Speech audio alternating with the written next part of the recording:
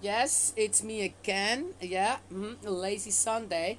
I might as well catch up a little bit because then there are days out there I just don't get to it. Okay, lazy me doesn't get to it, but so be it, right? I make a choice there. Yes, okay. Someone every so often listen to this lady. She's an older lady, yes, like me, and which brings me to mind another lady that I saw. I might talk about that later on. And she said, well, there is one thing out there. Remember, the praying moms.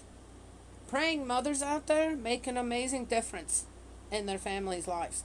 I experienced that with my own mom, and I experienced that as a praying mom for my children, my grandchildren, yes, all my loved ones out there, on how life is. Again, don't assume and put a condition on your prayers that if you pray, that then everything will always go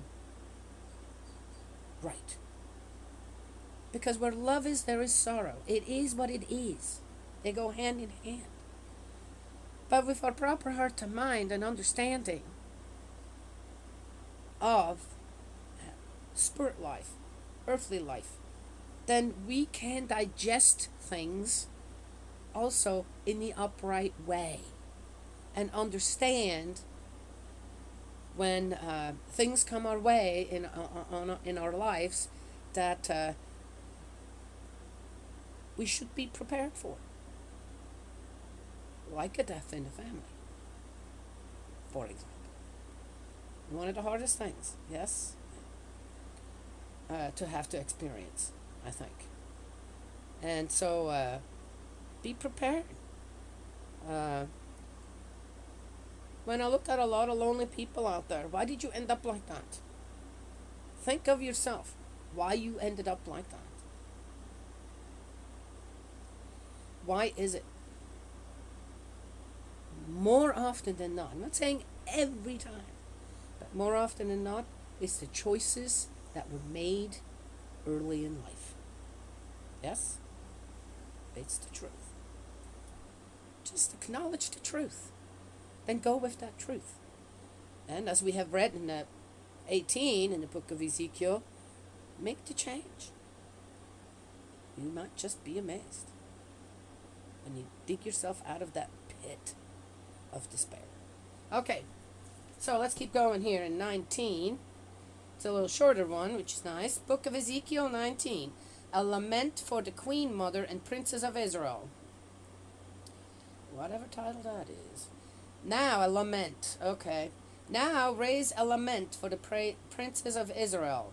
Say, it's always about queens and kings and princes. I couldn't care less, really, when it comes down to it. What was your mother? A lioness among lions, lying among the cubs. She nursed her whelps. She reared one of her whelps. He grew into a young lion. He learned to tear his prey. Yeah. He learned to tear his prey. Anybody knows anything about lions, it's usually the lionesses who go and hunt, and the lions just tear that prey apart. Yes. So they got this right in here. He became a man-eater. Okay. The nations came to hear of him. He was caught in their pit. They dragged him away with hooks to Egypt. Her exception thwarted, and seeing her hope dashed, she took another of her whelps and made a young lion of him. He prowled among the lions. He grew into a young lion. He learned to tear his prey. He became a man-eater. He tore down their palaces. He destroyed their cities. The land and all its inhabitants were appalled by the sound of his roars. Oh, that's interesting. The nations marched out against him from the surrounding provinces. They spread their net over him. He was caught in their pit. They shackled him with hooks. They took him to the king of Babylon and threw him into a fortress, so that his voice could never again be heard on the mountains of Israel. Your mother was like a vine planted beside the water, fruitful and leafy, because the water flowed so full. She had stout stems, which became kingly scepters. Scepters. Kingly. I don't think I ever heard that word, kingly. Huh. She grew higher and higher, up into the clouds. She was admired for her height and the number of her branches, but she was furiously uprooted and thrown on the ground. The east wind dried up her fruit. She was broken to pieces. Her stout stem dried up. The fire devoured it. Now she has been transplanted to the desert, to a dry and thirsty land. Fire burst out of her stem, devouring her branches and fruit. No more stout stem from her, no more kingly scepter. This is a lament. It was used as such. That's the end of 19. As enthralled and inspired I was with 18, I can't do a thing with 19. Doesn't make any sense to me. Yeah, I get it, and where they're going with it, but okay. Move on. Right? So, this is going to be a short one. Well, why not, right? So there's this one lady, right? Prayer. How important mother's prayers are. Yes? And for people to remember that. I am trying to teach my daughters, once I'm not there anymore, you need to learn to pray. They may already, right? But I do mention it. So are you praying for it? That's not my business. But I try to teach. Prayers are important. And I've said this in videos before on how my children, when something happens, says, Mom, could you send out a prayer, please? Because this and that is coming up and that. They believe in prayer. In their mother's prayers. Yes. Which is wonderful, isn't it? Yeah, okay. Anyway, so then I saw another one. And, I look at myself. I have to put glasses on to look at myself. Yeah, I got the wrinkles. Though my granddaughter said something, she says, Mom, Cruzzy, you have no pimples. Your skin's really nice. How do you do that? She's a teenager. She doesn't have many pimples, but she's got some, hormone changes and stuff. She is going on 14 now. And I'm going, yeah, my skin's actually really nice. I do. But then I use my own facial cream that I made. Actually, this one was made by my daughter. Yes, I love it. And I think that's part of it. But of course, my hair still for 62, almost 62. I'm 61 actually. My hair still got nice color. See, I've got gray hair. I love all my gray hair. It's like salt and pepper. Right? Yes. Love it. Yeah. And I'm going, yeah, okay, I gained some weight. That's just because I don't do as much anymore. My metabolism, my body wants everything. I eat really good food, so my body wants to store everything. That's all right, right? Yes. So I don't have that lean figure anymore, But that's okay. I look at myself and go, yeah, it's not too bad. I got some wrinkles going. Yeah, it's not, but I still look really good, actually. Yeah, okay. All right. I'm happy with myself. All right. I think that your heart to mind reflects how you look at yourself. And even if you're not the prettiest out there or the most handsome, yes, you when you get older, you look at yourself and you see the accomplishments in your life. Yes?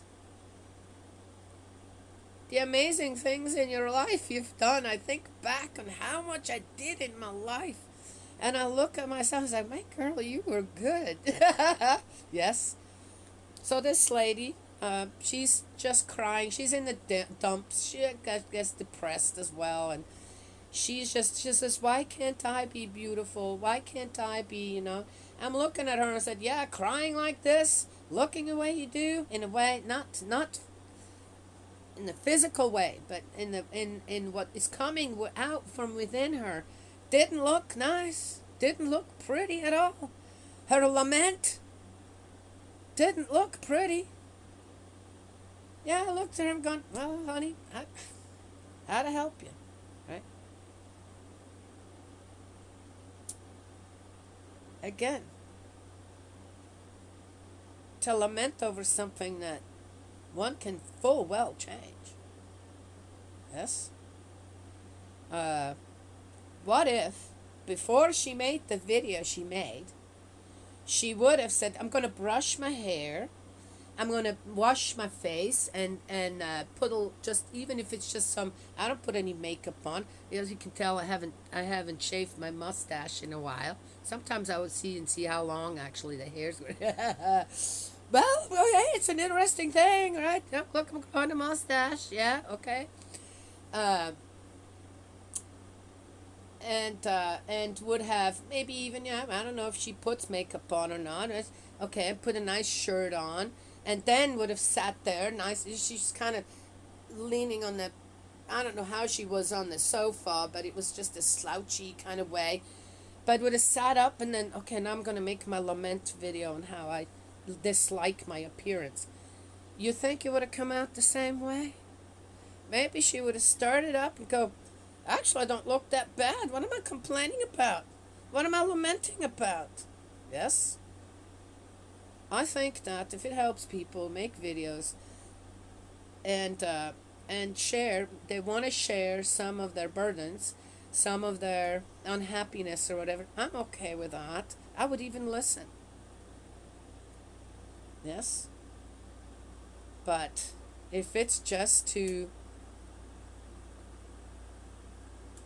lament in the way that I've seen this lady lament over her appearance, and why do I have to look like this or that, and that's a bit, sorry to say, laughable to me. Yes? Two different ladies. What was the one about I talked to in the first? About the same age they look like. One of them might have been a little younger. The latter one. This lady talks about God and kind of tries to give, the straight way as well. She gives all kinds of good advice out there to people. I think some of you need to hear this, she says. She starts out with. She looks fabulous. She's got gray hair. She's got her wrinkles. She has one of those bodies that stay more trim when you go through menopause. But she looks great. She gives great advice. Two different spectrums. Why are these two ladies so far apart from each other when it comes to their mental health? It's a good question, isn't it? Yes. All right, that's all I have to share this morning. May Heavenly Parent bless, protect you, guide you, embrace you with love. Eldridge, my dearest brother in faith, I love you. Let's keep praying, and I will talk to y'all at another time.